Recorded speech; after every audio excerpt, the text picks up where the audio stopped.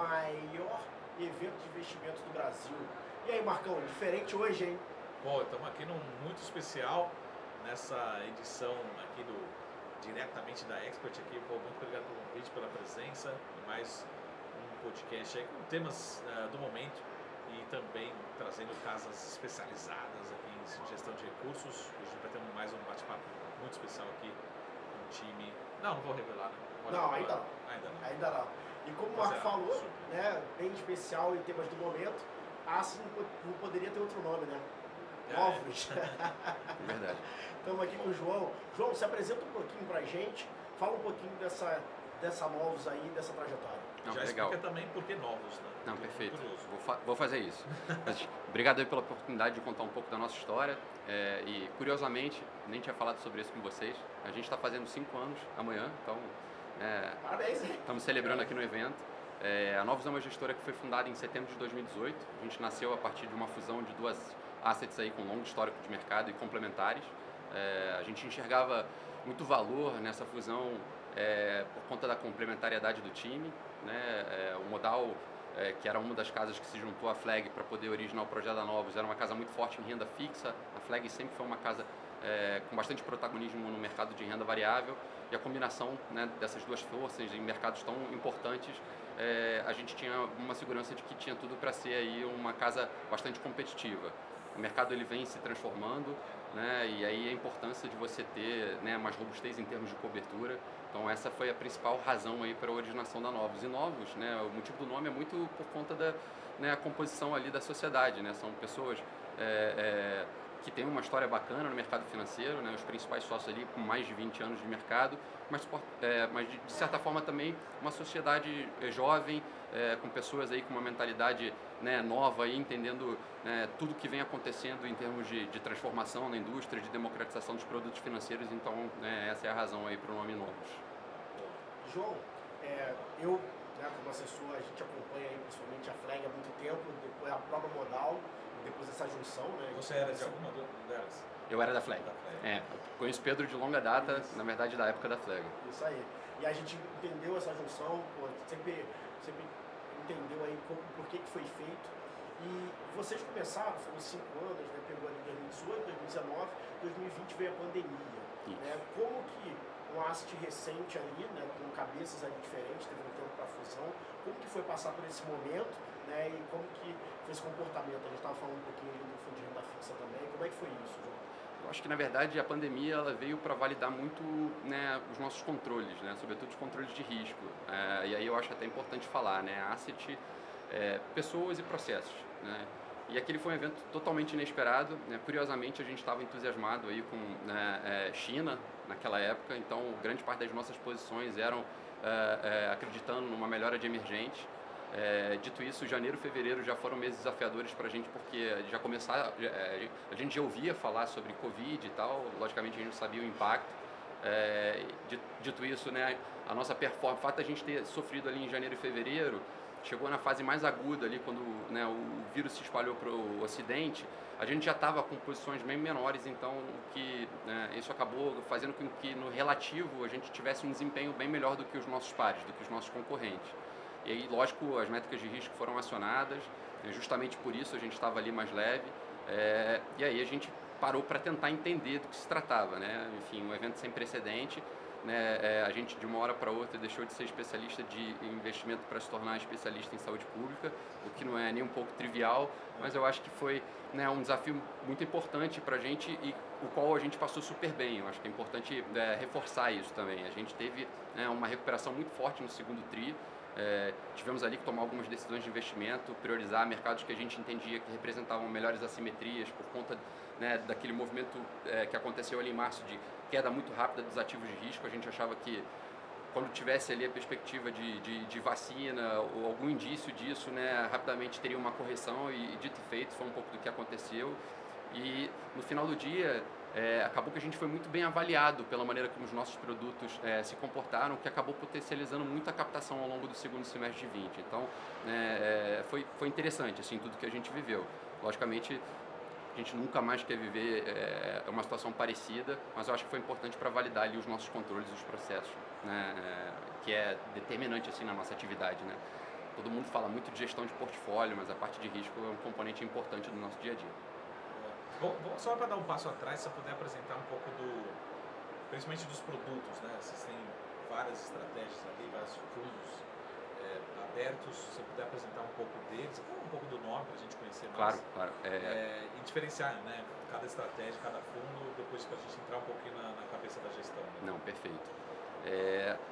Com esse entendimento de que o mercado financeiro estava se tornando mais democrático, acho que uma das grandes questões que foram importantes ali na originação do projeto era ter uma prateleira de produtos complementar.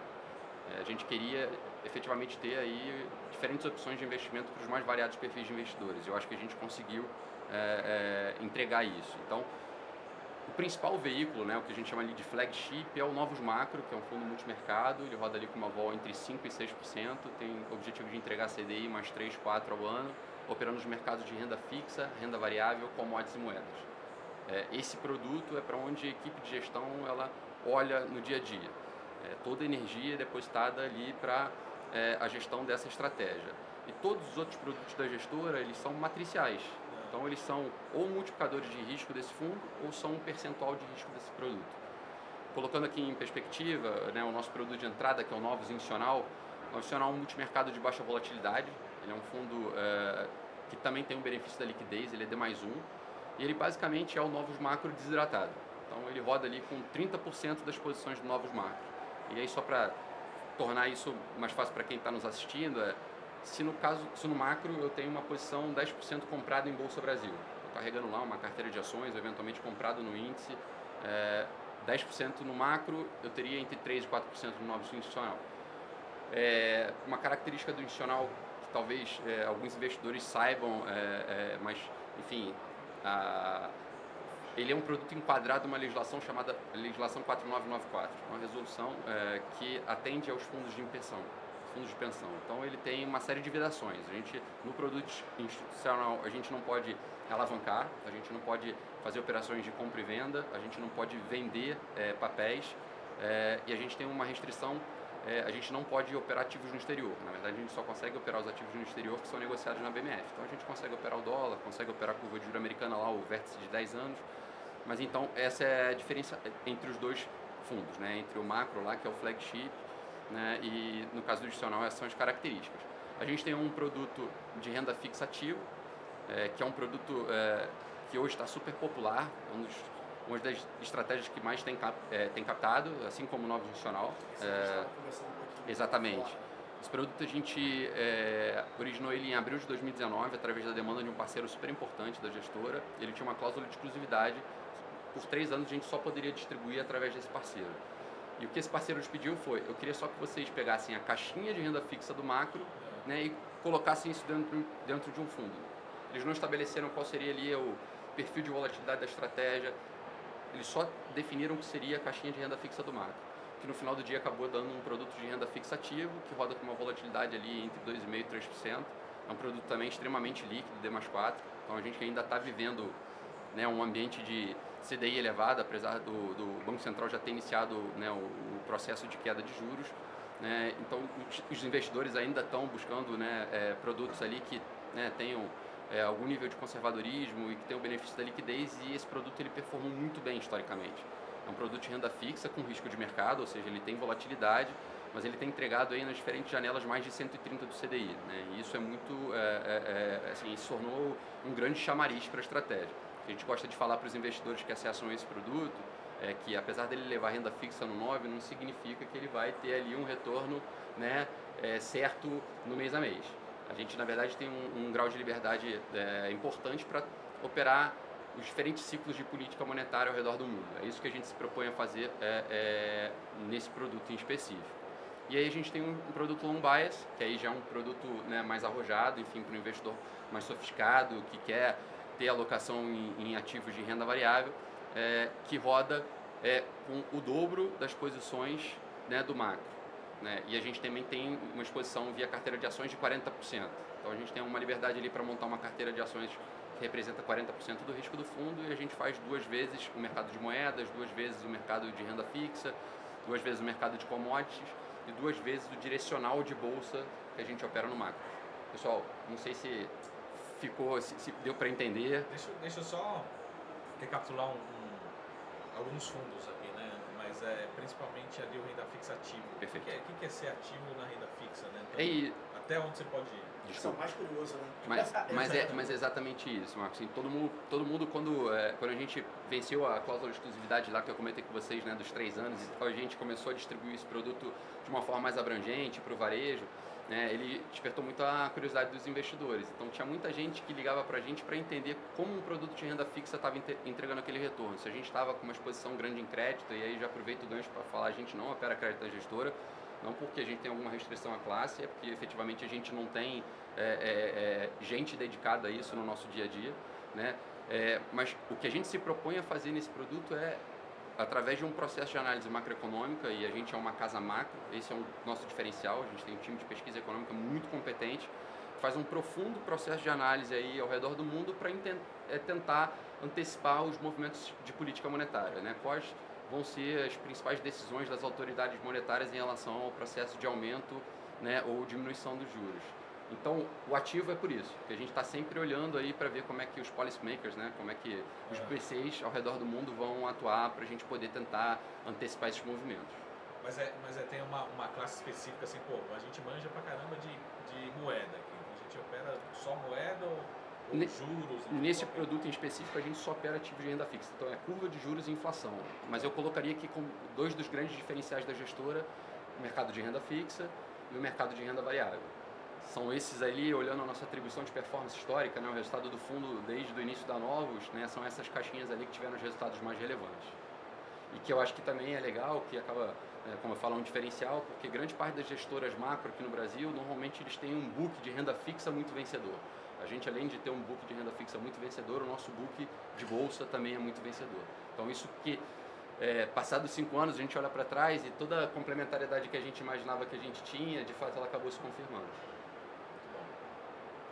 E, João, a parte do pool de produtos, até por causa dessa junção, né, eram 2 casas muito boas, uma em renda fixa, que acabou complementando com a Modal, que era outra casa também em renda fixa, desculpa, e a Flag em renda variável.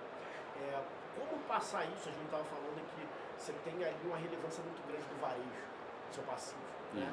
E como passar isso para o varejo? Acho que foi um desafio muito grande do RI, da entrada, quando fez a junção, de falar, agora a gente vai atacar isso, às vezes eu tenho que botar, tem que ter capa de se for botar o patrimônio nesse fundo aqui, que é renda fixa, e nesse fundo aqui, que é renda variável. Como que foi isso? Eu acho que essa pergunta é ótima, Pedro, porque eu acho que a gente teve que controlar muito a nossa ansiedade, né, no primeiro momento, assim, porque toda fusão representa mudança, né, e eu acho que, sobretudo os investidores institucionais, a gente sempre teve parcerias aí com grandes instituições financeiras e tal, e aí quando você tem mudança na equipe de gestão, a turma toda fica, pô, e aí, agora como é que vai ser? Pô, beleza, né, o discurso é lindo, mas quero entender como é que vai ser na prática, e aí o controle da ansiedade vem justamente nisso, cara, pô, olha, primeiro momento, vamos se dedicar aqui pra gente fazer um track record, né, fazer um histórico.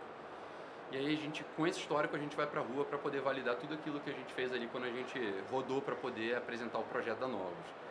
E aí, eu acho que, né, como já eram casas conhecidas, e na medida que a gente foi mostrando efetivamente ali que na prática, né, as coisas estavam acontecendo como a gente imaginava, esse convencimento ele veio, né, da melhor forma possível, que era de uma forma espontânea. Lógico que, né, você sabe como é que é a vida do profissional de relações com investidores, né? É a história da sola de sapato, né? Então, cara, rodei muito aí esse Brasilzão para poder falar aí com toda a turma, explicando, né, esses diferenciais que eu estou falando aqui para vocês, falando as características dos produtos e sempre se colocando muito à disposição. Mas eu acho que teve uma coisa que fez muita diferença para a gente, e aí vem muito desse conceito Novos, né? A gente, no início do projeto, tinha... assim, com clareza, o entendimento de que, né, a figura ali do assessor de investimentos estava cada vez mais tendo protagonismo dentro da nossa indústria. E a gente fez um estudo super dedicado ali, e naquela época tinham 9 mil agentes autônomos no Brasil. E aí a gente falava, puta, é humanamente impossível eu conseguir falar com esses 9 mil agentes autônomos, mesmo que eu tivesse 30 pessoas na minha área. Hoje está na casa de 17. Exatamente. E a gente tinha certeza também que esse número, né, aumentaria. gente nem imaginava que seria tão exponencial, mas enfim, tinha essa visão de que, puta, eu preciso levar informação para esse cara que, pô, tá me dando ali, né, o voto de confiança, me representando ali para poder, né, falar sobre os meus produtos para os clientes, né? Então, qual é a melhor maneira da gente fazer isso? Levando informação, explicando o que é a gestora, né, e compartilhando as nossas teses de investimento. Então, a gente desenvolveu uma estratégia de comunicação digital que foi muito pioneira numa indústria que sempre foi muito fechada para informação. O gestor ele sempre teve um cuidado muito grande de eu não quero falar aqui qual é a minha tese ou qual é a minha posição, porque pô, o vizinho pode olhar e pode querer replicar isso e tal. E a gente olhava para os outros setores, né, fora, né, o setor financeiro, e todo mundo já tinha ido para a internet. Todo mundo estava na página da transparência. A gente falava, assim, a certeza que a gente tem que em algum momento vai convergir, e aí a história de você ter pioneirismo é você ter a coragem, né, de ter dar o pontapé inicial. Quando eu fui conversar com os meus sócios lá sobre a estratégia de comunicação, todo mundo ficava assim meio, puta, mas como é que vai ser? Toda gestora tem uma janela de desempenho mais desafiadora e a gente vai ter que se expor, como é que vai ser esse momento e tal. Cara, nesse momento talvez seja mais importante ainda a gente estar ali próximo do nosso passivo, né, explicando ali quais foram as razões, né, para que naquele momento a gente não estivesse entregando, né, a performance que eles esperam e tal. Então esse trabalho foi muito importante também para fazer com que as pessoas conhecessem mais as novos, conhecessem mais nossos produtos. Eu acho que isso acabou nos ajudando bastante aí do lado de captação. Muito bom. Sabe, voltando um pouquinho para a gestão, você já respondeu, mas só para deixar claro, vocês provavelmente vocês têm um gestor por fundo ou vocês têm um gestor ali por book, né? Não, a gente tem uma equipe de gestão, que aí como eu te disse, né? A minha pergunta foi bem bagunçada. Claro, não, imagina, super entendi. E assim, a gente está muito acostumado... Porque tem gestora que utiliza mais o book e fala assim, quem quiser cola aqui que esse é o call, né? Ou tem gente que separa ali, né? O gestor dessa caixinha de renda variável, essa caixinha de... Como é que funciona isso? Sim, não, a sua pergunta ela é importantíssima também, até para poder explicar para vocês. Até na fusão deve ter... Exato, assim, a história é, vamos ter ali, mais gente olhando mais coisa, para a gente não ficar dependente de um único mercado. E aí, a história da complementariedade, ela se dá muito no dia a dia de gestão, principalmente do produto macro, porque o produto macro, né, multimercado é uma estratégia excepcional, né, porque você consegue operar diferentes mercados, diferentes ativos em diferentes direções. Diferente de um fundo de ações que normalmente ali você tem que estar minimamente 67% comprado em papel e tal, então aquilo ali te deixa, apesar de você ter aí inúmeras empresas para você investir, você tem aquela obrigatoriedade, aquilo que você precisa cumprir. No fundo multimercado não tem essa necessidade, então a ideia de ter uma gestão plural é justamente para que a gente consiga extrair, né, retorno dos mais variados mercados, e aí existe uma interação muito grande no dia a dia, né? Você tem gestores especialistas, né? A nossa equipe de gestão hoje conta com 6 gestores, sendo que são 4 portfólio managers, que são caras aí com mais de 20 anos de experiência, foram sócios de importantes instituições financeiras aqui no Brasil, e que, somado aos 2 traders ali, que são caras também que já estão há bastante tempo no mercado, eles discutem muito quais são as posições, né, que a gente vai montar no fundo, né, respeitando muito a individualidade de cada um, porque, mais uma vez, cada um tem ali seu universo de atuação. Então, colocando aqui como exemplo prático, né, o Luiz André e o Galindo ali, que são gestores de bolsa, eles dentro do orçamento de risco deles, eles têm liberdade total, né, para montarem posições. O Portela, ele é um cara que fica mais focado na renda fixa, então dentro do orçamento dele ele também vai tentar buscar oportunidades nesse universo. Só que, como a gente tem uma equipe de gestão mais coesa, todas as nossas posições, né, ou seja, a construção do portfólio ela é muito discutida. Então, apesar do cara ter uma responsabilidade muito grande porque ele tem um mercado dele de especialidade, ele está também validando ali a opinião do amigo e tal, olha, não, realmente agora a gente acha que é para estar mais comprado em bolsa. Essas coisas são discutidas. A gente tem uma série de fóruns no nosso dia a dia lá, são os comitês de gestão, comitês de pesquisa, onde esses debates acontecem ali para a gente poder, né, construir um portfólio equilibrado e tentar perseguir essas teses de investimento de maneira estrutural. E aí até puxando isso como um gancho aqui, a gente é uma casa macro, mas eu acho que tem uma característica legal da gestora, é que a gente é uma casa macro trading, né? O que significa isso? A gente vai buscar esses movimentos estruturais. Então, eu acho agora que o Banco Central vai iniciar o ciclo de queda de juros, então eu quero aqui aplicar, né, a curva de juros, acreditando nesse fechamento de taxa. Vou fazer isso, mas qual é a opinião interna aqui, vou escutar meu economista, vou escutar a turma, será que tem algum tipo de proteção para a gente colocar aqui no portfólio caso a gente esteja errado ou não, é uma posição que tem maior consenso, então vamos fazer ela com um tamanho maior. Então, as coisas elas são muito debatidas, esse debate ele é super importante, porque o gestor acaba agregando para o outro, né? São pessoas muito experientes, então já viveram muitas coisas, então esse debate ele é muito rico, assim, ele é muito saudável. E João, lá hoje são quantas pessoas na Globos? A gente está em 22 pessoas. 22 é bom que tem uma coesão muito grande. Exato. Né? Pelo que eu vi, a pessoa que toma conta do risco, ela é muito importante, né? Porque ela fica ali, na verdade, como um eixo central disso. E como que foi, né, nessa junção também, até o Marco perguntou sobre a questão das caixinhas, né? Para essa pessoa do risco ser altamente escutada. Hoje você tem renda fixa e renda variável, que algumas vezes também se complementam no sentido de tese também, né? O Marco bem sabe, você tem muita empresa que tem a taxa de juros como relevância, a maioria, ainda mais que estão alavancadas. Né? E como que foi para esse cara do risco? Então o cara fala, pô, tem oportunidade nessa empresa em renda variável agora, mas ao mesmo tempo eu vou entrar aqui numa posição de renda fixa que também faz sentido. O dinheiro às vezes não sobra, tem como você também multiplicar esse dinheiro. E como esse cara do risco que dava essa diretriz, como é que era isso? Então, na verdade, os gestores todos eles têm seus orçamentos de risco. Dentro do orçamento de risco deles, eles têm liberdade para eles operarem. Ao mesmo tempo, a gente tem métricas de risco, e aí diferentes métricas para a gente poder controlar, sobretudo, quando a gente está perdendo, né? Quando as posições não estão funcionando. Então, o diretor de risco ele tem muito essa responsabilidade. A gente tem um sistema muito robusto, que a gente consegue controlar todas as nossas posições em tempo real. Ele fica ali olhando isso no dia a dia, né? Os próprios gestores também têm esse sistema, então eles mesmos conseguem, né, online ali verem como é que está o gerencial deles, como é que está o desempenho do fundo, né? E o diretor de risco, a grande responsabilidade dele é ter certeza de que todas essas métricas elas foram bem calibradas, fazer esse acompanhamento para que caso uma posição esteja andando ali, né, fora do trilho, né, ele solta um sinal de alerta que o gestor ele tem que começar a tirar o pé, reduzir a posição. Lógico que isso acontece não de uma forma tão dinâmica, né, porque os limites eles são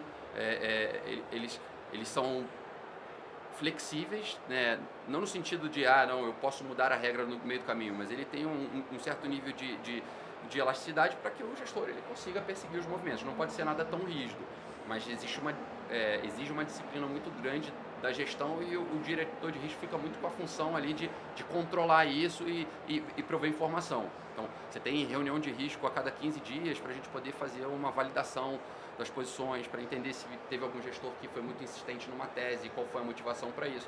Está dentro do orçamento de risco dele, ele está respeitando as regras, está tudo certo, mas qual foi a razão? O mesmo acontece, por exemplo, com o gestor que ele está subutilizando o risco que ele tem disponível. Né? Não ter risco também é uma decisão de investimento, mas ele precisa fundamentar a razão para isso. A gente acompanha ali as análises de risco-retorno para entender qual é o Sharpe de determinado mercado, de determinado gestor. Então, é um trabalho muito de análise mesmo, mais quantitativa e olhar mais cuidadoso ali no dia a dia para poder ter a certeza de que as métricas estão sendo respeitadas. Essa é a função ali do diretor de risco. O gestor toma risco da maneira como for mais conveniente para ele. Ô, João, uma pergunta bem fácil para vocês. Operam no mundo todo, sem pensar no câmbio, assim. Onde que é mais fácil ganhar dinheiro? No Brasil ou fora do Brasil? Não, sempre no Brasil. Essa foi fácil e rápida, né? Sempre no Brasil, sempre no Brasil. O nosso diferencial aqui, né? Lógico que a gente opera outras geografias e a gente não opera o mundo todo, a gente opera países G10, a gente opera alguns países da América Latina, mas Brasil aqui a gente tem, né, uma boa interlocução aí com o Banco Central, a gente vai constantemente a Brasília lá para conversar com os parlamentares para entender como é que tá andando a agenda econômica, enfim, então isso tudo faz diferença, assim, na hora de você montar posição, a convicção te dá uma segurança, né? Então você quando está com mais profundidade, eu acho que facilita a vida. Então pode começar as polêmicas aqui, não? Vamos ver se eu consigo responder. Mas, por favor. Você fica leve. A gente não machuca muito, não. Vamos pegar Pega assim, leve comigo, um pouco a média, né? E aí na média, eu que sou estrategista, enfim, eu que faço a sugestão da alocação, a média para mim é um índice lá que chama-se índice Ambima de hedge funds. Perfeito. Cara, até esse mês agora de agosto, né, fechando agosto, cara, a média está muito ruim, né? De novo, a média é um índice, Ibovespa é um índice, é uma média, né? Por que assim, isso é o lado bom, o lado ruim, mas assim, por que tem tanta discrepância, né? Ações também, mas no mundo do multimercado também, né? Parece que assim, tem cara indo super bem e tem cara indo super mal, né? Por que isso? Assim, parece que tem um efeito, aí eu queria que você me corrigisse, né? Parece que tem um efeito, talvez ali, emoção política, né, embutido ali, que talvez não consiga isolar. Pelo menos esse tem sido o ano de 2023, né? Acho que muita gente carregou 2022 achando que ia ser uma sequência, não foi, tiveram surpresas positivas e negativas. Mas traduzir um pouco isso, né? Porque parece que esse ano os outliers ali estão aparecendo Tem uma dispersão bem relevante de resultado. Isso é do Brasil, assim. Acho que é basicamente exatamente isso. Você pegar pelo menos quando eu falo média, a dispersão ela está aqui, né? Esse ano parece que, pelo menos essa é a minha visão, né? É isso. Eu acho que esse ano em específico foi porque acho que teve muito, num primeiro momento, o mercado dando o benefício da dúvida para o governo ali, acreditando que o governo, né, adotaria uma postura mais pragmática. E aí eu acho que as primeiras comunicações, as primeiras falas não foram muito nessa direção. E eu acho que o mercado rapidamente reagiu a isso. Só que na medida que o tempo foi passando, a gente, né, foi percebendo que, né, a agenda econômica, né, seria de fato conduzida pelo ministro da Fazenda, e o ministro da Fazenda buscou, né, estabelecer um bom relacionamento, ter uma boa interlocução com o mercado financeiro para poder conseguir ali avançar, né, com a agenda fiscal, enfim, com o texto do arcabouço e tal. Acho que uma das razões foi que teve ali, em algum momento, uma bola de curva que gerou uma sensação de que o governo partiria por uma linha de ser mais populista, que talvez, né, não tenha se tornado verdade, assim.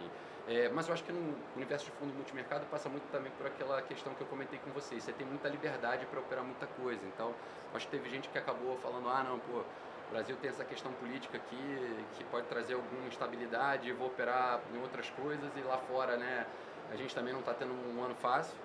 A gente vinha ali, até pegando aqui o nosso exemplo, né, a gente vinha com a percepção ali no início do ano de que o Banco Central americano ele precisaria continuar apertando a política monetária, né, precisaria continuar subindo juros para poder conter ali a dinâmica da inflação. A economia vinha se mostrando muito resiliente. E essa tese ela funcionou bastante para a gente em fevereiro, que o Banco Central norte-americano deu indicação de que de fato estava preocupado com a inflação e de que, né, seguiria vigilante ali no processo de aperto monetário para que a economia desacelerasse. Só que aí veio o problema dos bancos regionais, né? Teve a quebra do Silicon Valley Bank, e eu acho que isso aí pelo menos pegou a gente no contrapé, porque a gente estava com uma posição, né, importante comprada ali, tomada na parte curta da curva de juros, que foi, né, justamente a parte da curva que mais sofreu. Eu acho que isso, né, assim como afetou a gente, acabou afetando também, né, outros concorrentes. Então acho que isso, de certa forma, foi uma das razões aí, porque foi um evento que não estava no radar de ninguém, né? A quebra de um banco como o Silicon Valley Bank, depois tiveram, né, eventos também no sistema financeiro que eu acho que geraram um fator de preocupação adicional, e a gente sempre fica com aquela sensação de, puta, será que a gente vai repetir o que a gente viveu em 2008? Quer dizer, houve uma série de avanços no sistema regulatório financeiro lá, enfim, né, no sistema financeiro americano, mas quando tem uma quebra do banco, o mercado normalmente fica apreensivo, e eu acho que isso, de certa forma, afetou ali um pouco do desempenho da indústria. Temos alguns meses aí pela frente, acho que a indústria tem se recuperado de uma maneira geral, mas eu acho que a gente tem ótimos gestores aqui. Eu acho que é, de fato, uma questão muito pontual por conta, na minha opinião, desses eventos que a gente viveu aí no primeiro semestre. Só para complementar a pergunta, assim, mas na gestão, como vocês fazem para não cair no modismo, né? Porque armadilha do modismo. Porque se for pensar nesse ano, assim, sei lá, dezembro de... Até hoje eu estava com o pessoal da BBC falando um pouquinho sobre o Boletim Fox em janeiro de 2023, né? Pô, de janeiro de 2023 a gente estava falando de PIB de 0,7 para esse ano, né? A gente está falando de Selic talvez a 12,5, mais otimista. Falando de recessão nos Estados Unidos, falando, assim, deu tudo errado, né? Tudo diferente, tudo mudou, né? Enfim, como vocês fazem no processo de gestão para não cair no modismo? Porque o modismo pode ser bom porque você fica acomodado, você vai na média, né? Sim. Qualquer coisa eu tô com todo mundo junto. Mas também você nunca se destaca, né? Então, como é que você... Eu acho que aí passa muito pela preocupação ali na estruturação da equipe mesmo, né? Ter pessoas muito capacitadas, né? Com diferentes competências. Acho que no nosso caso a gente tem aí como, né, mais um diferencial da gestora, né? Falei muito dos diferenciais de gestão ali, do time de renda variável, da turma de renda fixa, mas a gente, por ser uma casa macro, né, o componente de pesquisa econômica tem um valor muito importante para a gente, e uma das grandes assim, alegrias que a gente tem, né, nesses 5 anos de história é que a gente foi mais de 50 vezes citados no top 5 do Banco Central. Então a gente participa com alguma frequência aí do... Onde vocês acertam mais? Eu acho que historicamente foi inflação. Inflação, né, dita a direção de muita coisa. Então é isso, assim, ter a confiança de que você tem pessoas muito competentes e que esses nossos modelos, né, eles vão trazer respostas aí para que a gente consiga ter bastante profundidade na hora de elaborar as teses. Não fazer nada por modismo, porque o vizinho tem uma opinião. O bancão falou. O bancão falou, é isso. É acreditar na tua estrutura. Sim. Muito bom. João, falando um pouquinho mais desse investidor final, né? Eu gosto da minha vida, praticamente, mas também até do passivo institucional também. Como que é esse comportamento, você junto com ele, você falou um pouco do pioneirismo de comunicação, de educação, né, desse comportamento de atendimento, RI, como é que vocês fazem essa entrada, até os gestores atuando ali também em cima, como é que está isso hoje? Eu acho que esse é o grande desafio aqui da nossa indústria, assim, né? Eu acho que ela vai se desenvolver cada vez mais na medida que, né, a sociedade tiver um maior entendimento sobre educação financeira. Então, a gente tenta levar informação justamente para ajudar nesse processo, mas ao mesmo tempo a gente tem o custo de oportunidade de CDI, né? E aí isso acaba sempre atrapalhando ali, sobretudo as gestoras, né, que têm produtos com fator de risco, porque o investidor, às vezes, ele não consegue se permitir ficar no investimento para entender o efeito do juro composto. E a gente acha isso, assim, uma tristeza, porque o efeito de multiplicação de juro composto, ele muda a vida de muita gente. E a história de, o cara tem uma frustração ali porque o gestor passou ali uma janela, talvez 1, 2, 3 meses, né, com desempenho ali aquém do que ele imaginava, o cara já fica ansioso, né, a pessoa já fica ansiosa querendo, né, resgatar esse investimento. E ao mesmo tempo a gente não tem bola de cristal, né? Às vezes a gente está ali com uma percepção, acho que esse evento ali, né, que aconteceu com os bancos regionais é um ótimo exemplo. A gente estava muito convicto de que o Banco Central norte-americano precisaria continuar apertando a política monetária. Aí você tem um evento que estava, né, fora do radar de todo mundo, que traz um impacto, né, de curto prazo ali na curva de juros, nos ativos que a gente estava carregando. E aí, né, passado algum tempo, as coisas foram se dissipando, o mercado acalmando, e aí se provou, né, a verdade, a importância do Banco Central americano continuar subindo juros. Ou seja, se não tivesse acontecido aquilo, a nossa tese teria sido super vencedora. E aí, por exemplo, um gestor que é mais imediatista, ficou frustrado ali com o desempenho do fundo naquela janela, resgatou, e aí, logo na sequência, a gente pegou o movimento. Então, a gente acha que a educação, levar informação para o investidor, ela vai ser determinante para que a gente consiga fazer com que as pessoas, né, entendam o conceito de olhar realmente o investimento num horizonte de médio e longo prazo, assim. Só que com CDI, né, de 13 alto, né, enfim, chegou a ser 13,75, agora é 13,25, é sempre um desafio a mais, né, porque bem ou mal ali na renda fixa, no título público, né, ele tem um retorno de 1% ao mês. Mas eu acho que isso é uma questão cíclica, né? O Banco Central está caindo os juros, em algum momento a gente vai ver o juro abaixo de 2 dígitos, aí o investidor vai voltar a procurar, né, produtos com fator de risco. Na nossa visão, mais interessante, eu tenho certeza absoluta, a sua também, Pedro, porque você trabalha com isso, né? O conselho é fazer uma boa diversificação, né, escolher diferentes produtos para que você consiga navegar as diferentes fases do ciclo econômico sem precisar ficar toda hora, né, resgatando ou mudando de investimento, porque eu acho que isso é sempre muito prejudicial. A chance de você ficar, desculpa o termo, mas correndo atrás do rabo é gigantesca, assim. Ficar tradando cota de fundo é pior das coisas, porque você está sempre pagando uma alíquota de imposto alta, né, porque você não está nem utilizando ali o benefício tributário ali da tabela, né, a queda da tributação regressiva ao longo do tempo. Então a gente acha isso ruim. Eu acho que o cuidado da estratégia de comunicação, de levar informação para o investidor, né, vem com essa ideia de, olha, cara, a gente está te explicando quais foram as razões para nesse mês de não ter performado bem e tal. Se porventura você tiver uma visão totalmente diferente da nossa, isso é uma razão para você resgatar. Agora, se você tiver com a cabeça alinhada, talvez seja, né, a oportunidade de você virar e pô, né, permanecer no investimento, no caso do assessor, né, puta, o cenário está alinhado ali com o que ele acredita, né, convencer o investidor, olha, esses caras são bons, a gente não investiu neles por acaso, a gente, né, fez uma análise qualitativa, quant, né, historicamente os caras, né, sempre entregaram retornos, mostrar também na lâmina do fundo, olha, mesmo eles tendo, né, bons resultados, já tiveram janelas mais desafiadoras e tal, porque isso faz parte da vida de qualquer gestor.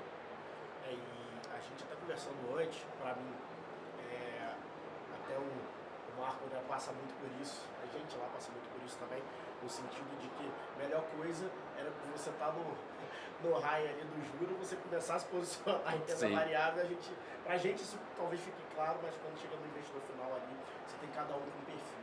Mas eu vejo um veículo para acelerar isso muito interessante, que é a Previdência. Estava conversando sobre isso. Até por ele ter esse benefício fiscal já bem dito ali para a população, eu acho que o gestor ele consegue trabalhar muita coisa ali dentro.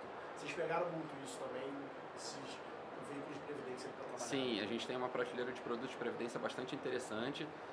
A verdade é que a legislação dos fundos de previdência ela mudou bastante nos últimos anos, então os produtos se tornaram muito mais eficientes. No passado, os produtos não eram eficientes, então as gestoras independentes elas relutavam ali para ter produtos de previdência. Muita coisa, né? Principalmente parte ações. Exatamente. Hoje em dia você tem um grau de liberdade para operar muita coisa, o que, né, permite com que a gente consiga, né, extrair resultado. E aí você, assim, a gente acredita muito que o produto de previdência ele é bom por inúmeras razões. Primeiro, porque ele se tornou uma estratégia mais eficiente, você tem uma liberdade ali ampla para poder operar muita coisa. Segundo, pela questão tributária, você não tem cotas, enfim, você tem alguns incentivos legais. E outra, por uma questão sucessória. Né?